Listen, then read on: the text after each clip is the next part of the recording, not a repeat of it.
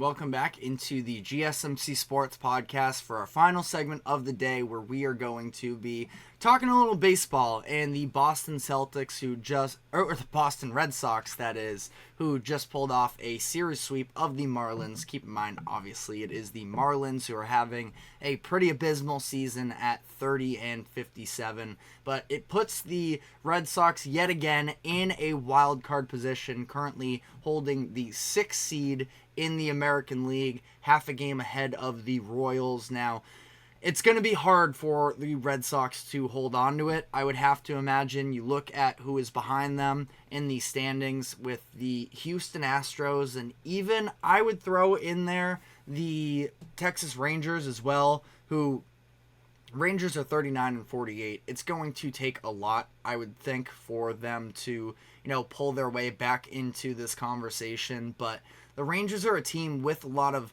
talent and with, some injuries that have not gone their way, but especially in that rotation, looking at guys like Jacob deGrom, who is very possibly going to come back later this year.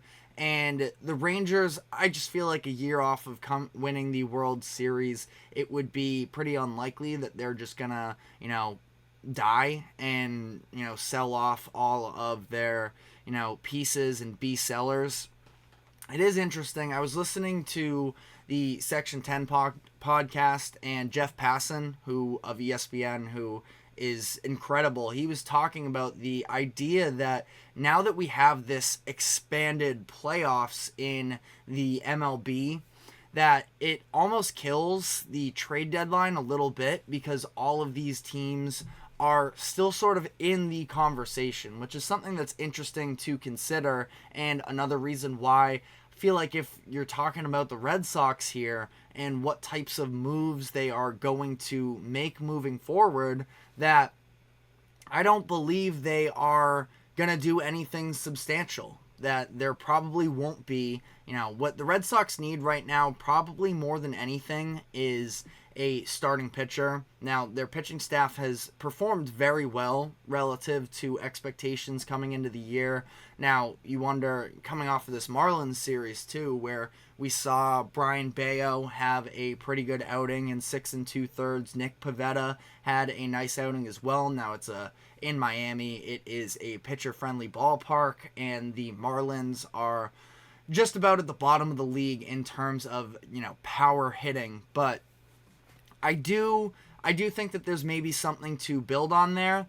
That being said, coming into the year, the expectations for the Red Sox were never really going to be great in terms of the overall pitching staff. It was a little bit of a neglected group, you could say, and allowing all of these free agents that it seems like at the end of the day it might not be the worst thing that they didn't invest into a Jordan Montgomery or a Blake Snell, but it is still a group that feels pretty underwhelming. Now, Tanner Houck has been incredible. I think he should be in the All-Star game.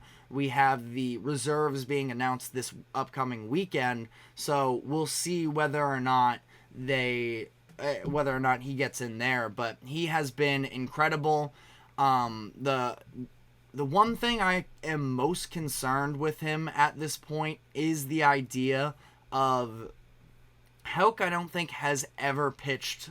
I can go back and look at the stats, but I don't think he has ever pitched more innings than he has so far in this season. With his most recent outing, he got up to 107 2/3 innings pitched. That is already a career high in a season. His previous highest was last year, where he pitched 106. So it's very much on the table that we could see a little bit of regression. I mean, he just had his worst start of the season last week against the San Diego Padres. So we will see if he's able to sort of right the ship there.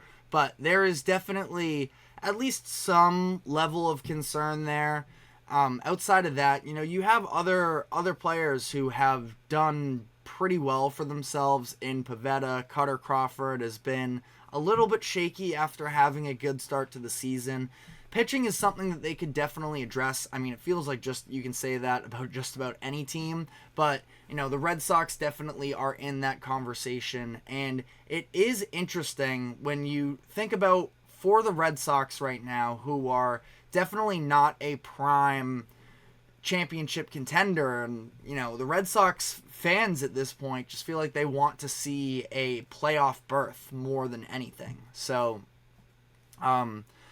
I think that when you talk about whether or not they should be buyers at the deadline, it's important to consider that it would be nice, I'm sure, to generate a little bit of excitement moving forward here down the stretch of the season. I feel like, again, Red Sox fans have just been hoping for competitive games throughout the entirety of the year, and we've been getting to August the past couple years and seeing the Red Sox really falling off.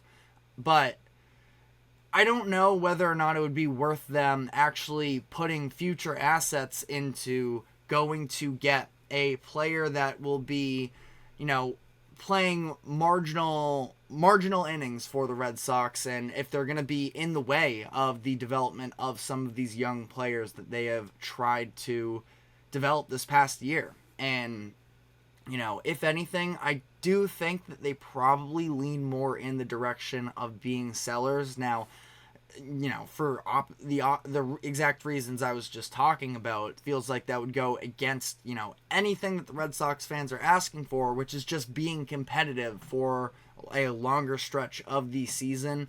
But you look at somebody like a Kenley Jansen, who had a very eventful Game 3 in the series against the Marlins, where it almost looked like he tried to give it away. If it weren't for Jarren Duran making an incredible throw from center field, the Marlins would have walked that one off. But ultimately, again, Duran makes an incredible play, and this goes into, I believe it was the 12th inning, where they are ultimately able to pull it out there. So I don't know. I think that ultimately here the Red Sox are just in a little bit of a weird position where they're fun right now, and the expectations are pretty low ultimately, so being fun is kind of enough. But we'll have to see how this progresses here, how they choose to act moving forward in terms of whether or not they're going to be buyers or sellers at the deadline. But let us know in the comments section how you feel about it. But that is all the time we have for today. Thank you very much for tuning into the GSMC Sports Podcast.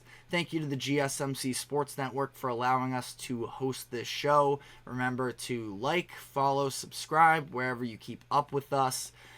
Check us out on social media as well for more exclusive short content, and we will be back on Monday afternoon, same time as always, 2 o'clock p.m. Eastern. So have a great weekend. We will see you then. Take care.